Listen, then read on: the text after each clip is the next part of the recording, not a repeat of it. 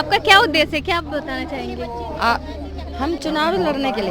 हम ये देश हम से बात करो ना, साथ आइए हमारे। हाँ बोलिए सर, आप यहाँ पे आए हैं, कुछ तो आपका उद्देश्य होगा। मेरा नाम सफीजान सैफी है, गाजियाबाद का कांग्रेस कमेटी का कामगार संगठन कर्मचारी से जिला अध्यक्ष हूँ गाजियाबाद से। आप बताइए, हमारा संदेश ये है कि जो आज संविधान को बदलने की बात कर रहे हैं, संविधान तो है और संविधान तो इन्होंने खुद ही ख़त्म कर रखा है। जब कांग्रेस की सरकार थी तो हर मीडिया को भी आज़ादी थी, प्रशासन को भी आज़ादी थी, आम जनता को भी आज़ादी, अपनी बात करने का अधिकार था। आज उन जो अपनी बात आदमी नहीं कर सकता, कोई भी संस्था का व्यक्ति भी बात नहीं कर सकता। सारी संस्थाओं को खत्म करने का काम कर दिया इन्होंने। सिर्फ आज सरकार अपनी तानाशाही का काम कर रही है, और कांग्रेस की सरकार होती तो हर आदमी की बात सुनने का काम कर दिया। आज माहौल जो जिस तरीके से बना रहे कि हम संसद का नाम दूसरा रखेंगे, चेंज करेंगे। संसद का नाम तो हम चाहेंगे हमेशा जो संविधान था वही संविधान हमारे देश में रहना चाहिए। नाम चेंज ना हो संसद भवन का, नहीं होना चाहिए, जो पहले था वही रहना चाहिए। सर आप क्या बोलेंगे, संसद भवन का नाम चेंज करने की बातें की जा रही है? Myself Syed Hassan Ahmed, basically I am from Odisha. I am national convener of All India Muslim Minority Forum. जब से मोदी जी की सरकार आई है, ये राष्ट्रवादी तथाकथित सरकार आई है, संविधान को बिल्कुल ख़त्म कर दिया है।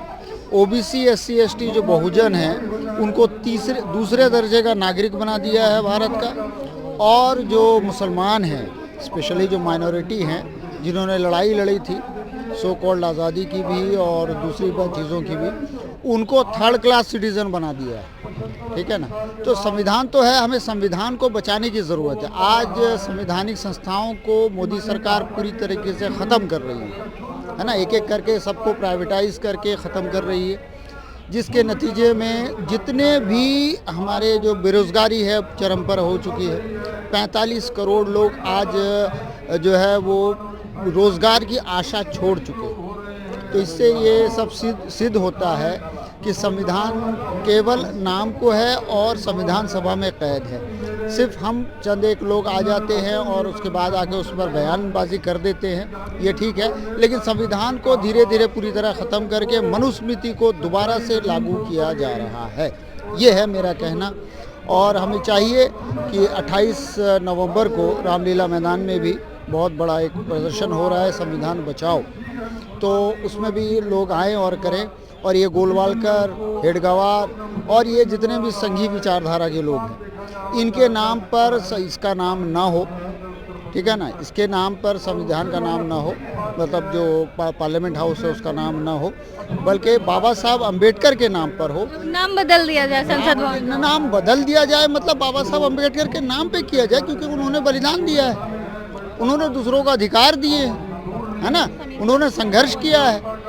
अब इन्होंने क्या किया है? संविधानदाता तो वही है ना। मैम आप क्या बोलेंगी, संसद भवन का नाम बदलना चाहिए या नहीं? मेरा नाम रेशमा इंडियन है, और मैं ये कहना चाहती हूँ कि संविधान जो मतलब संविधान है और जो संविधान दाता है, सच्चाई तो ये है जो संविधान दाता है उसी का नाम रखा जाना चाहिए।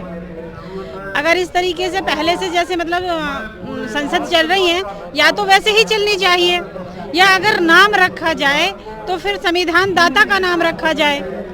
इस तरह से मतलब किसी का भी नाम लगा देने से, या किसी को भी एक बहुत बड़ा मतलब वीर या शहीद बता देने से, या उसको बहुत बड़ा संविधानिक कि मतलब इसने बहुत अच्छा काम किया है या इसने बहुत संविधानिक काम किया है, ये सब काम बता देने से या कर देने से नहीं है, समझ गए?